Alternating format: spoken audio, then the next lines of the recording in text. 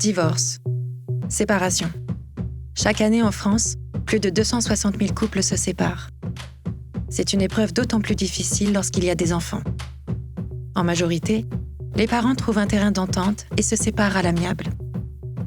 Mais il en est d'autres pour qui les choses se révèlent beaucoup plus compliquées. Un seul désaccord et c'est l'entrée en guerre. L'enjeu de la bataille, les enfants. Nous avons enquêté autour d'un phénomène en pleine croissance qui ravage les familles, l'aliénation parentale.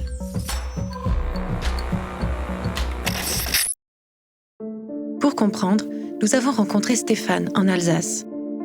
Père de 2 enfants, il est en procédure de divorce depuis 3 ans. Pendant les 8 premiers mois, il a cohabité avec son ex-femme qui l'accuse de violence conjugale. La gendarmerie intervenait régulièrement pour mettre fin à leur dispute.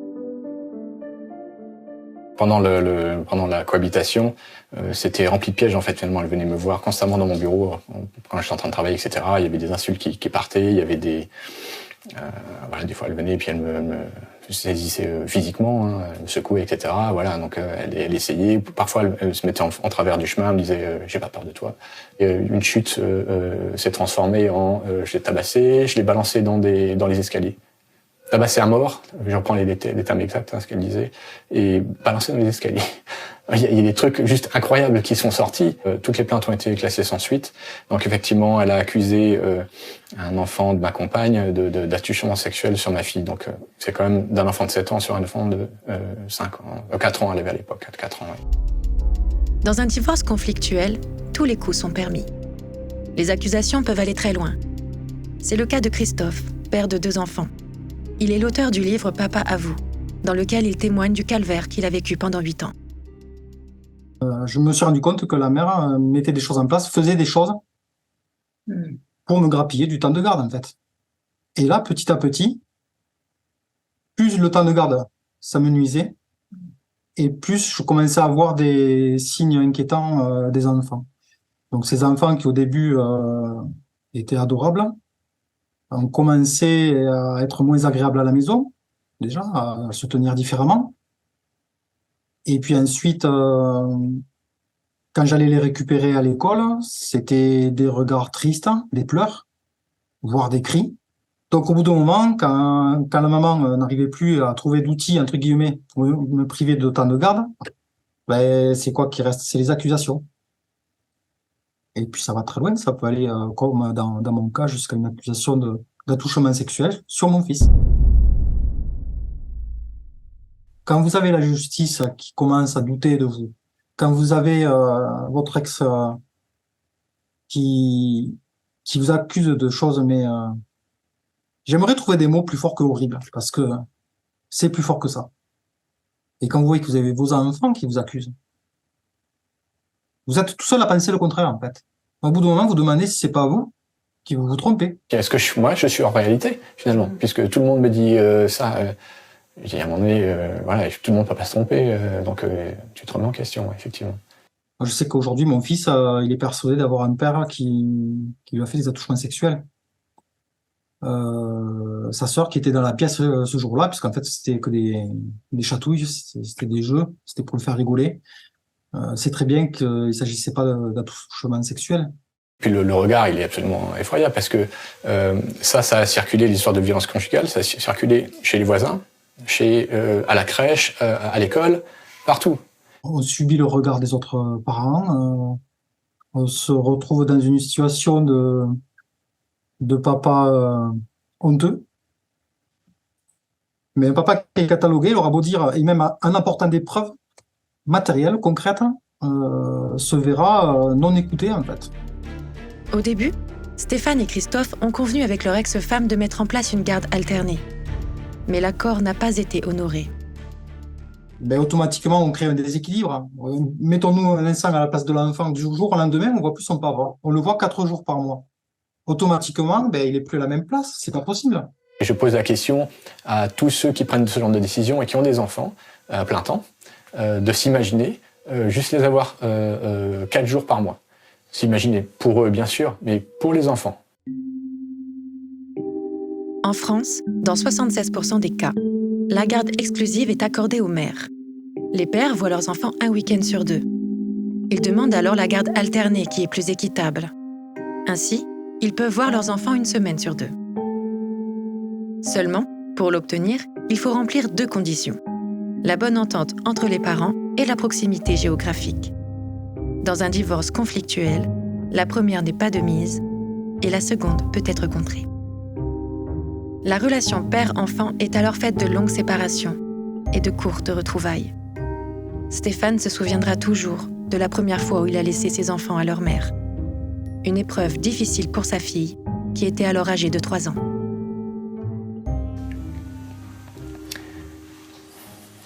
Elle voulait pas me lâcher, en fait. Et au moment où où je prends la portière pour pouvoir la mettre directement dans le siège, parce qu'elle voulait pas aller dans les bras de sa mère qui l'attendait, en fait, quoi.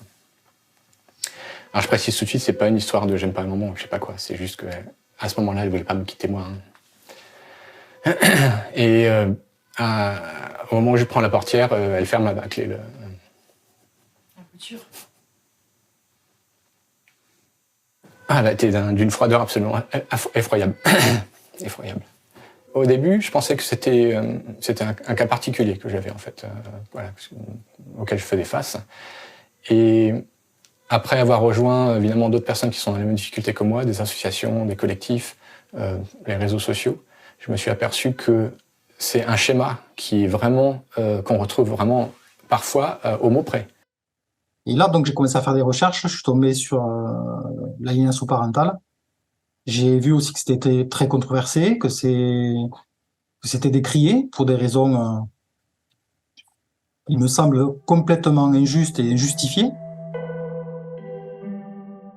Aliéner. En latin, alienare. Rendre autre, étranger. En d'autres termes, transformer. Dans le cas de l'aliénation parentale, l'enfant est psychiquement transformé.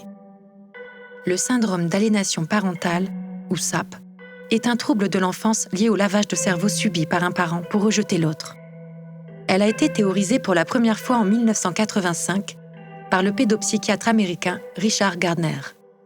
Cependant, ce dernier n'a jamais fourni de recherches scientifiques sur le sujet. Il affirmait que les témoignages des enfants étaient dans la majorité des mensonges fomentés par la mère. Dans le même temps, il justifiait et banalisait la pédophilie. C'est là tout le problème. L'aliénation parentale fait des ravages dans les affaires de pédocriminalité, puisqu'il permet de ne pas tenir compte des paroles des victimes. Les erreurs de diagnostic existent et sont dramatiques. Le syndrome d'aliénation parentale est souvent invoqué dans les tribunaux. Pour ces raisons, la députée Laurence Rossignol a demandé au ministère de la Justice, à l'attention des juges aux affaires familiales, de proscrire son utilisation. À l'image de la Grande-Bretagne et de l'Espagne, la Commission indépendante sur l'inceste recommande quant à elle, dans son rapport, la suspension de l'autorité parentale du parent poursuivi pour viol ou agression sexuelle. Pourtant, les experts de justice et les médecins psychologues que nous avons contactés nous ont tous confirmé que ce phénomène existait bel et bien. Au nom du juste combat contre l'inceste, de nier des problématiques de maltraitance qui sont réelles. Puis encore une fois, la question ne doit pas être genrée, c'est-à-dire que c'est vraiment pas un combat des femmes contre les hommes. Certaines associations féministes y voient un réel danger pour les femmes et les enfants victimes de violences.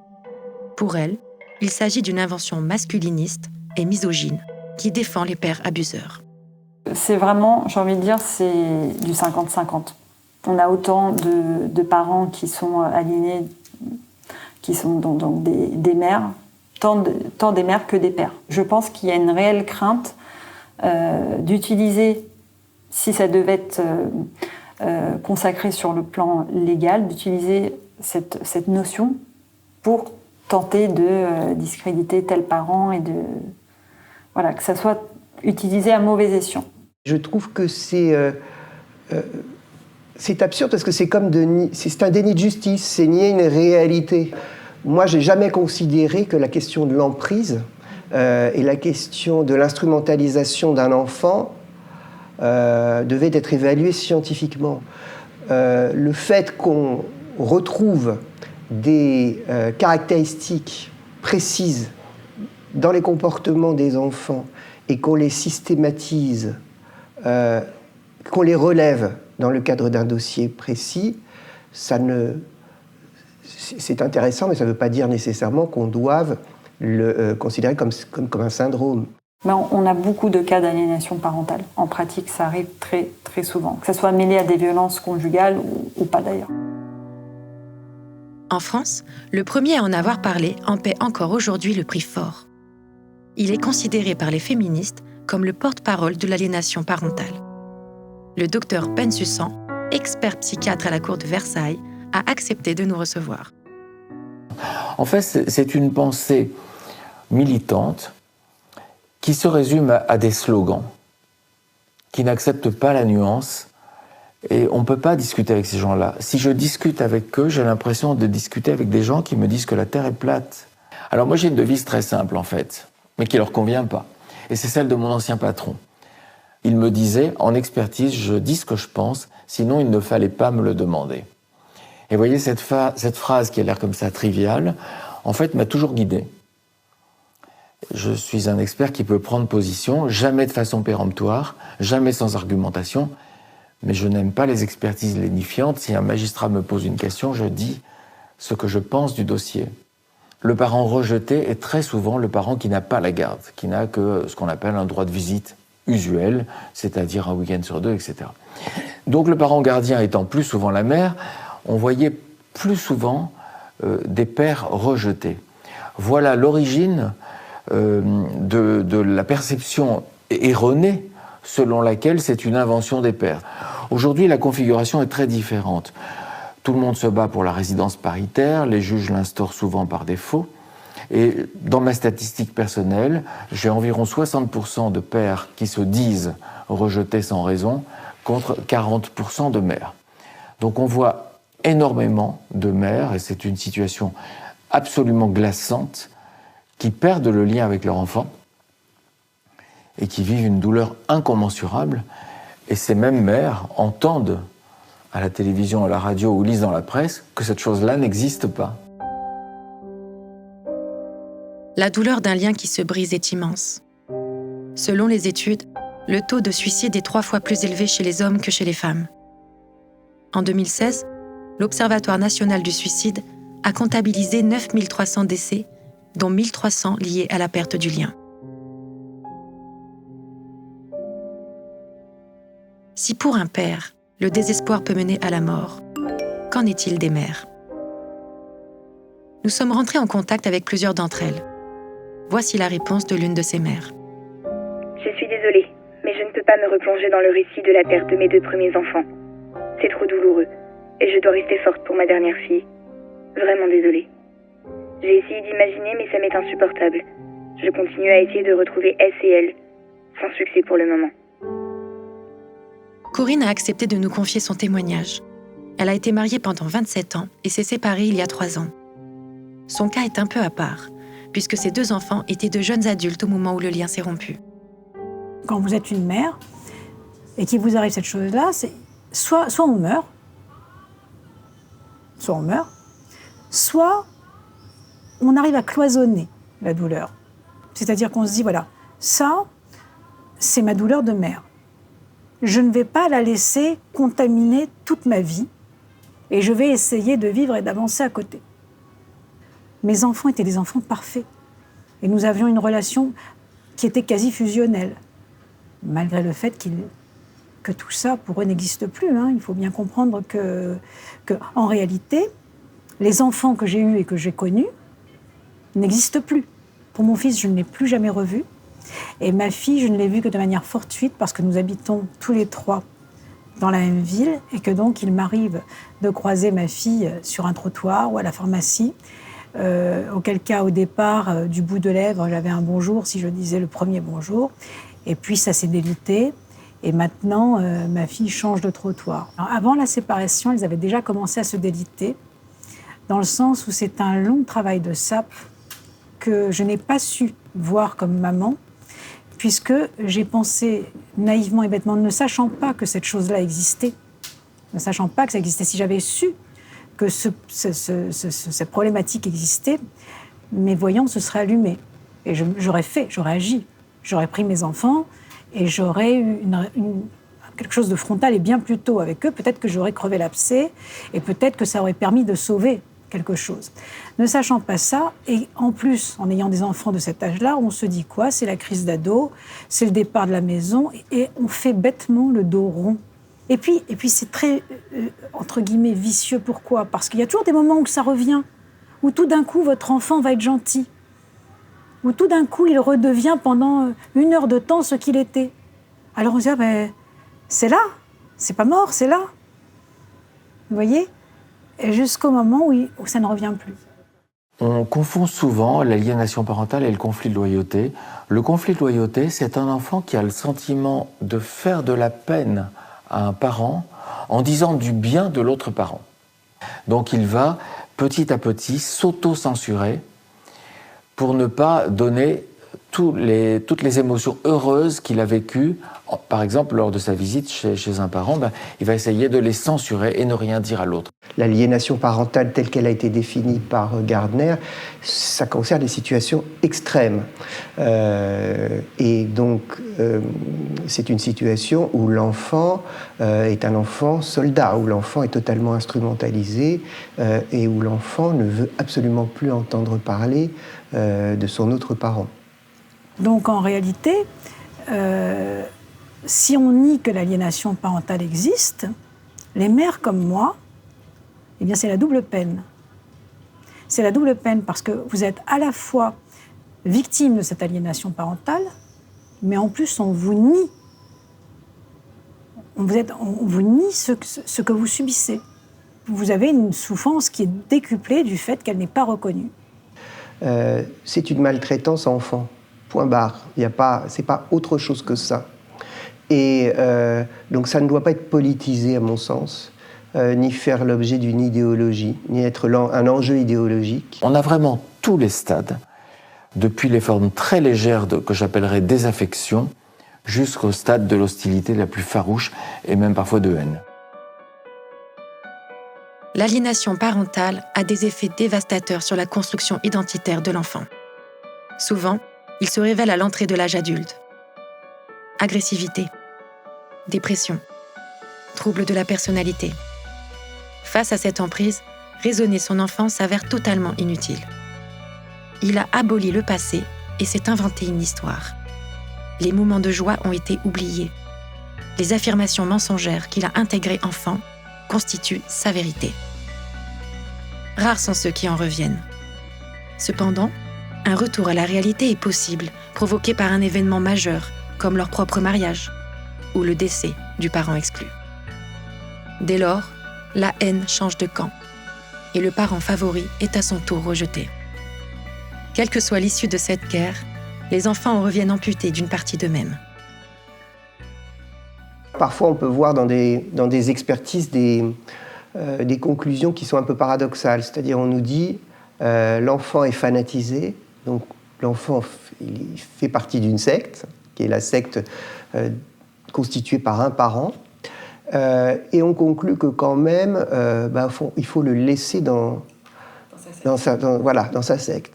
Ce qui m'a vraiment mis la puce à l'oreille, c'est quand mon fils ne se souvenait plus que j'allais me marier du coup avec ma nouvelle compagne, puisqu'après la séparation, j'ai fait une nouvelle rencontre.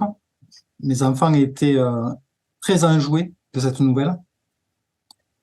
Et puis, ils ont passé des vacances prolongées chez la mère.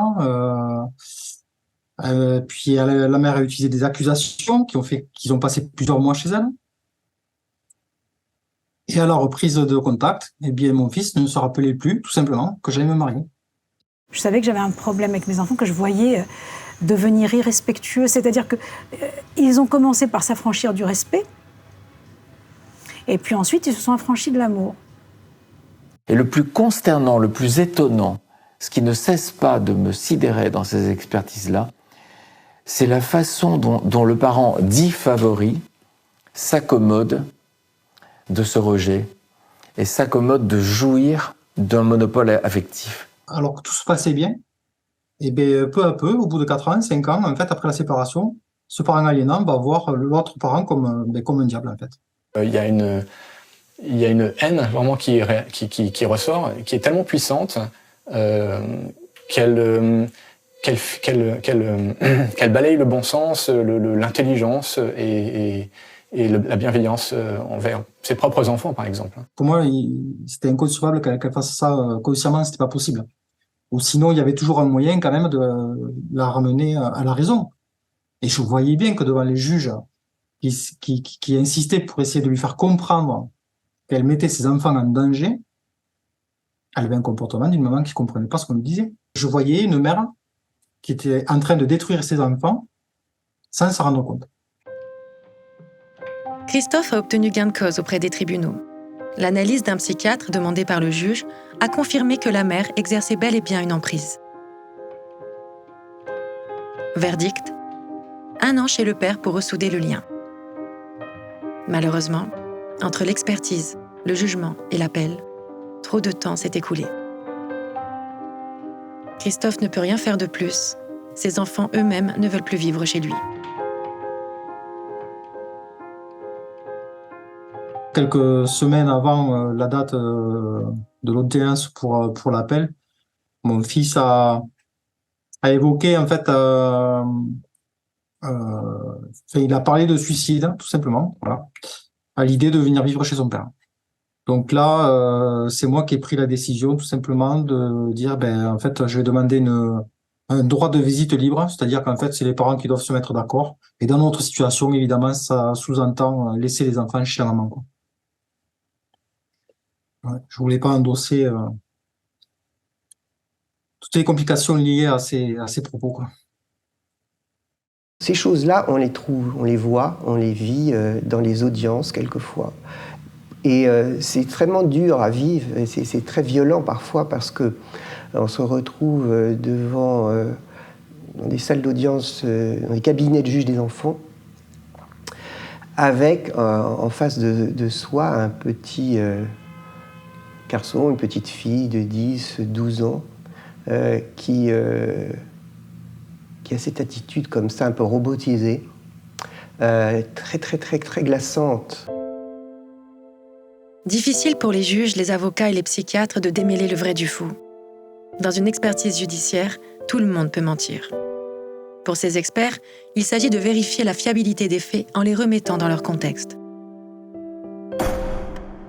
Hélas, les expertises et les procédures prennent du temps. Et pendant ce temps, l'aliénation s'installe. Et effectivement, le fait de détecter tôt ce phénomène est un facteur pronostic. Se rendre compte, une fois que les dégâts sont majeurs, il est souvent trop tard. Et bien souvent, d'ailleurs, dans mes conclusions, je dis qu'on ne peut, hélas, plus rien faire. Pour qu'il soit reconnu, en tout cas s'il y a un doute ou si c'est mis en avant par l'une des parties, il faudrait que le juge aux affaires familiales systématiquement ordonne une expertise médico-psychologique pour tenter de déceler tel trait de personnalité de l'autre parent qui met en œuvre le processus de l'aliénation parentale. Selon les gens sur lesquels on tombe, il y a des gens qui n'ont absolument aucune notion ou très vague et qui se réfugient derrière ces éléments de langage, de conflit de loyauté, conflit parental, et puis voilà, une fois qu'on a dit ça, on s'arrête là. Je suis un optimiste incurable et je crois qu'on peut aider, même dans les cas les plus conflictuels, avec une connaissance de ces phénomènes quand même, parce que si on les nie, on peut pas les traiter, mais aussi des approches courageuses et surtout sur un temps plus long que le temps de l'expertise. Des solutions existent. En Allemagne, dans la ville de Cochem, le juge Jürgen Rudolph mène une expérience qui s'avère très convaincante. Dans les 15 jours qui suivent la séparation, le juge envoie en médiation les parents, et ce, même contre leur gré. Ce qui n'est pas possible en France. Tous les acteurs de la séparation sont obligés de se rassembler et travaillent ensemble pour trouver un accord dans l'intérêt de l'enfant. Miracle, cette méthode fonctionne à 95% dès la première audience. Ce chiffre monte jusqu'à 98% lors de la seconde. Le modèle de Cochem, aussi appelé modèle du consensus, est couronné de succès. Ses voisins, la Belgique et la Suisse, l'ont également intégré et obtiennent aussi de très bons résultats. Reste l'espoir que la France suive le pas. L'espoir, c'est tout ce qu'il reste à ces parents rejetés par leurs enfants. Le livre de Christophe est une bouteille jetée à la mer. Un jour, peut-être, ces enfants devenus grands le liront et se souviendront qu'ils ont aimé leur père. Au tout départ, je l'ai écrit pour des raisons personnelles, c'était pour mémoire. Pour mes enfants, je me disais que si un jour, par miracle, ils revenaient vers moi pour essayer de comprendre ce qui s'est passé, j'avais peur de plus être en mesure de leur raconter de façon claire et concise. Puis en le faisant lire à des amis, je me suis rendu compte que le livre avait un effet sur eux. Et c'est là que j'ai pris la décision de le publier. Et c'est vrai que je suis agréablement surpris quand même des retours et des impacts. C'est un livre qui fait parler et j'ai le sentiment qu'il transmet le message simple et clair qui est l'aliénation parentale, ça existe. Alors moi, ce ne sont plus des enfants, ce sont des adultes. Il n'y a rien à défendre, il n'y a pas d'inceste, il n'y a pas de justice et je le subis. Et si aliénation parentale ne leur convient pas, alors on peut dire privation d'amour d'enfant envers le parent aliéné. Jamais je ne dirais que j'y pense toute la journée, ce n'est pas vrai, parce que sinon je suis morte. Mais par contre, il n'y a pas un seul jour sans que j'y pense. Si j'étais resté dans la colère, je ne sais pas aujourd'hui si je serais là pour vous parler.